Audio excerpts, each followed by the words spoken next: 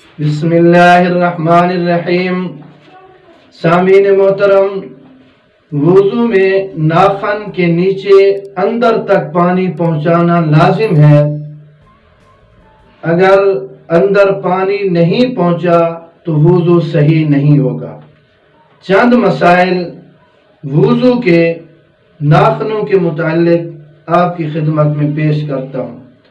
Number 1، اگر ناخن میں کوئی ایسی چیز مثلا مٹی یا آٹا جم جائے یا ناخن پالش لگی ہوئی ہو تو وضو کرنے سے پہلے اس کو نکالنا اور اتارنا لازم ہے تاکہ ناخنوں کی جڑ تک پانی پہنچایا جا سکے، ورنہ وضو صحیح نہیں ہوگا۔ نمبر 2، وہ میل کچیل جو ناخنوں کے نیچے ہوتا ہے، اگر وضو کے دوران اس میں پانی پہنچ جاتا ہے اور تر ہو جاتا ہے تو وضو صحیح ہوگا۔ اگر اس میل کچیل کی وجہ سے ناخنوں کے نیچے جگہ خشک رہ جائے، اس کا دھونا لازم ہوگا، ورنہ وضو صحیح نہیں ہوگا۔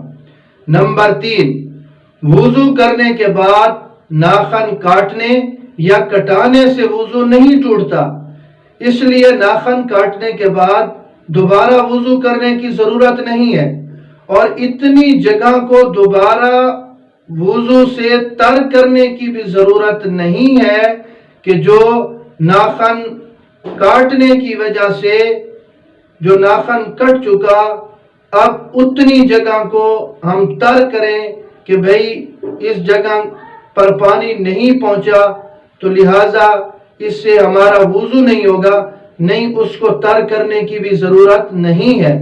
ہاں، اگر کاٹنے یا کٹانے کی وجہ سے خون نکل آئے تو پھر دوبارہ وضو کرنا ضروری ہوگا۔ نمبر 4 یہ ہے کہ ناخن لمبے رکھنا کوئی پسندیدہ عمل نہیں ہے، بلکہ یہ خلاف فطرت ہے، کیونکہ ناخنوں کے نیچے جو بہت سی گندگی جم جاتی ہے وہ مرض کا باعث ہوتی ہے، تو لہٰذا ناخن لمبے نہ کریں، ناخنوں کو صاف رکھیں۔ یہ ہماری دنیا کے لیے بھی بہتر ہوگا، ہماری آخرت کے لیے بھی بہتر ہوگا، اس لیے کہ میل کچیل ختم کرنے کا، صفائی کرنے کا اسلام حکم دیتا ہے، تو لہٰذا اتنے بڑے ناخن نہ رکھیں کہ اس میں میل کچیل جم جائے اور اس سے ہمارا وضو بھی صحیح نہ ہو، اس سے ہمارا غسل بھی صحیح نہ ہو۔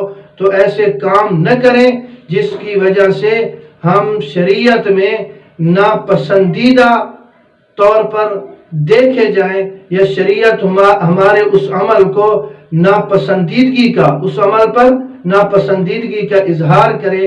تو اس لیے وضو میں ناخن کے نیچے تک پانی پہنچنا لازم ہے۔ باقی جو مسائل تھے وہ آپ کی خدمت میں رکھ دیے۔ اللہ رب العزت ہمیں دین سمجھنے کی توفیق نصیب فرمائے۔